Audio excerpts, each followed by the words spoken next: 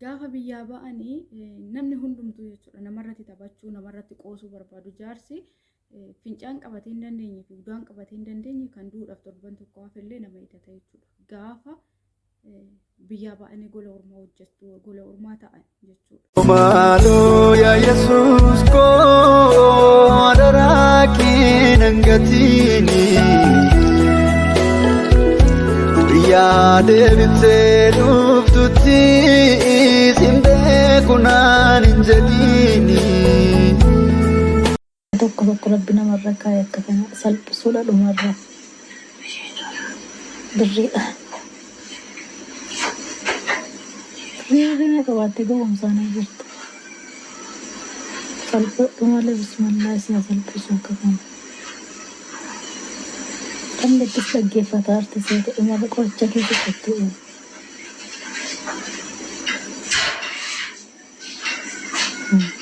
Suuta fatana sana. Nyaachuu nyaattaa kottu. Salphoo araba salphoo akkana salphisuudha akka kanatti qabanii laata. Nyaattaa kottu nyaachuu qaamesh mala haadha kee. Suura qal'attii isaa. ليش انت ما في تركيبه؟ ليش انت ما في تركيبه؟ انا اجي مثل ما انت انت ما تروي. ليش انت ما في تركيبه؟ ليش انت ما في تركيبه لحال؟ ليش؟ انا اجي مثل ما انت انا اجي مثل ما انت لا ليش انت ما في تركيبه؟ انا بقول تعالى بفلوس ما انت انا ما في انت تسوي شكر لا ليش انت ما في تركيبه؟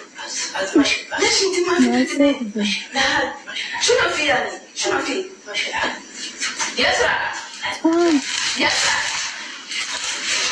يسرع لا اليوم يسرع يسرع مدام ما يبي ما يبي ما يبي ما يبي بس لا لا انا تعبان كل يوم هذا ما انت تجيني كل يوم صبح انت تجيني اليوم يسرع بس ما انا اقول يسرع انا تعبانه بس انا اليوم انا اقول ما تعب انا ديلي ما تعب بس انا ديلي ما تعب انا تعب شنو في ماما كربان لا ماما كربان Nagaanii fi araarri waaqayyoo bakka jirtanii fi iddoo jirtanitti isiniif haa baay'atu. Obboloota koo yoo YouTube jalatti argamtan hundumti keessanuu akkam jirtu. Ani immoo obboleettiin keessan nagaa guutuu irraa afaan qaba. Egaa immoo har'a viidiyoo kana qabadhee kan dhufee fi wanta didiqqoo irraa baranna jedhee tanani wanta nuuf hin galle immoo nuuf gala jedhee tanan keessattuu immoo ijoollee mana arabaa hojjannu jechuudha. Isan yoo waan hun jedhan sodaannee urgufamnu yoo isaan waan yaadan hundumaa dhiironni isaanii yoo nu dirqamsiisuuf ta'anii sodaannee kan waan isaan fedhan goonuu fi kanarraa immoo waan meeqa hin baranna jedhee tananii siniin jechuun jaaladha obboloota koo. Viidiyoo kanarratti akkuma argitan mucayyoon tuni Itoophiyaa miti garuu Yuugaandaa akkasumatti fakkaata.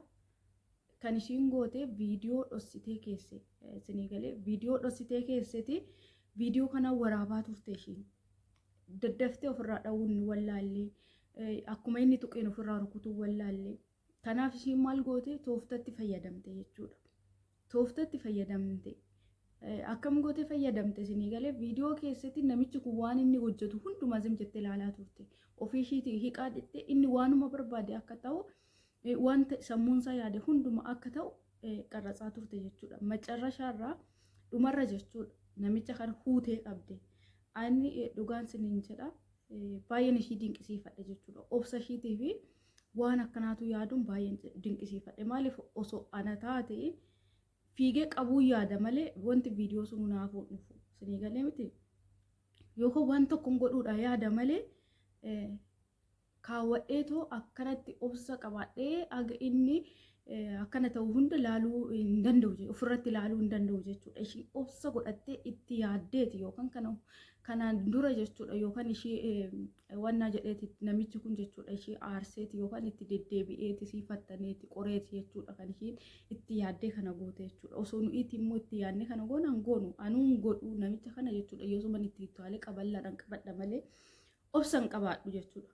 obsa dhugaa rabbi obsan qaba. Obsi garuu immoo nama barbaachisa mana namaatitti hojjechuu. Keessattuu immoo ijoolleen mana akkanaa mana kashalabbii akkanaa mana saree akkanaa isin ga'e maal akka godhuu qabdan isin irraa barattu jedhee tanan gara keessan qabadhee dhufe jechuudha har'a.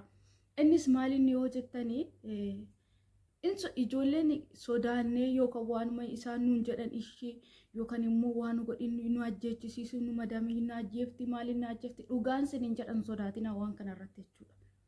Waan kanarratti hin sodaatina mucayyoon tun osoo dhooftee akkatti isiin nuti argitanii osoo girgiddaadhaan buuste akkaminatti tolaa ture jechuudha. Wanta ishiin goote argitanii miti. Kanaaf viidiyoo lafa kaawwatte osoo illee waa taate illee viidiyoo kana gadhiistee jirti jechuudha. Osoo waallee irra ga'ee kana hin arga jechuudha. Seera biyya kanaatitti immoo baay'isee gaafachiisa wanta akkana. Nuyi kan hojjechuudhaaf yookaan kan argachuu dhufnee birriidha malee kashalabummaa yookaan isaan wajjin wanta hin taane sagaagalummaa uumuufi miti. Isaan garuu immoo nuyi erga sarraatanyaa isaanii taanee dhufneen booda eega birriidhaaf erga biyyaan baane waanuma isaan nu irratti barbaadan hunduma hojjannee birrii waan argannu itti fakkaata. Birrii waan barbaadu nuyi garuu jechuudha wanta nutti tolu keessa kan hojjanne kan nu barbaannu malee nuyi kashalabbinnatiidhaaf biyyaan baane isinii galee miti. Nuyi kashalabbinnatiidhaaf miti kan biyyaa baane. Hojjanneetoo jijjiiramuudhaaf gatii dafqa keenyatiin jechuudha. Ijoolleen wanta akkanaa sinirra ga'e dhugaan siniin jedhaa harkan kennina. Hin sodaatina. Hannatu nama saalfachiisa. Sobuutu nama saalfachiisa. Hojii keessa yoo hojjettan wanta akkanaatitti dhugaa saalfiidhaaf duubatti hin deebiina. Dhuguman siniin jedha. Ragaa wayii lafa kaawwadhaati wanta barbaadda yoo irratti raawwattan wanti nama sodaachisu hin jiru. Hangara kiyyaan akkasitti yaada. Namni birri yoo qabaate kana jaarsa du'uudhaaf guyyaan tokko hafe dhugaan siniin jedha du'uudhaaf nama guyyaa tokko hafe jaarsi butu taanii wanta akkanaa yaada jechuudha. Hoggaashin qabdee uutu yookiin of keessatti fincaa'uu fi of keessatti alba'uyyuu noolu yaadaan. Baay'ee nama ajaa'iba. Sammuun jara kanaa baay'ee tokko nama ajaa'iba. Maaliif nu yoo birrii argine akkuma wariitti nu wanna jechuu barbaadu jechuudha. Nuyi birriidhaaf kan baaneef hojjetneetu birrii argachuudhaaf malee sagaagallee birrii argachuuf miti. Viidiyoo kanarraa waa barattu dhugaan siniin jedha. Maaliif wanta kamiinuu yoo nu qunname akka tooftaadhaan itti fayyadamnu irraa barattu. Akka tooftaadhaan bira dabarru irraa barattu. Jarjarree waa godhu osoo hin taane itti yaadne waa akka bilchaata yaada waa hin bilchaata goonu irraa barattu dheetanan. Anna ishiin itti yaaddeetu akkanatti viidiyoo gootee dhaqee balbala cufee maal jedhee simitti jennaan dhaqee balbala cufatee sireema. Bakka birrii argitee ishiinaan jette zim jettee miti jedheetu. Ishiin garuu duubarra saree itti qaltee fuudhuudhaaf girgiddaatti isa buuste jechuudha. Anna baay'ee tokko nama ajaa'iba. Baay'ee tokko jechuudha. Namni biyya keessa jiru shamarran biyya arabaa akkamitti akka hojjettu, rakkina akkamii keessa akka dabartu, cinqii akkamii keessa akka dabartu, birrii akkamitti akka fiddu takka hin beekan. Waanuma birriin lafaa yookaan mukarraa cirameetoo ergamutti fakkaata dhugaa. Akka rakkina baay'ee keessa ishiin dabartu, akka obsa ishii wanta adda addaa obsa ishii fixachiisee wanta adda addaa akka ofirratti ishii raawwattu akka godhu waan baay'een akka jiru hin beekan. Shamarran biyya arabaa jechuun wanta baay'ee keessa kan dabarte. Rakkinaa, beelaa, gadadoo, ifatamuu, reebatamuu, wanti akkanaa kana irratti raawwatamuu. Nama meeqa kan daffarameetoo kan wanna jedheetoo biyyatti gale jechuudha.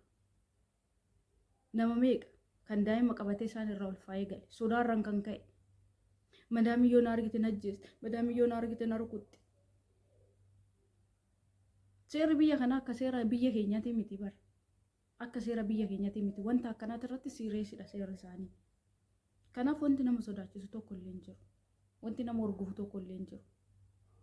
Dhugaan siniin jedha.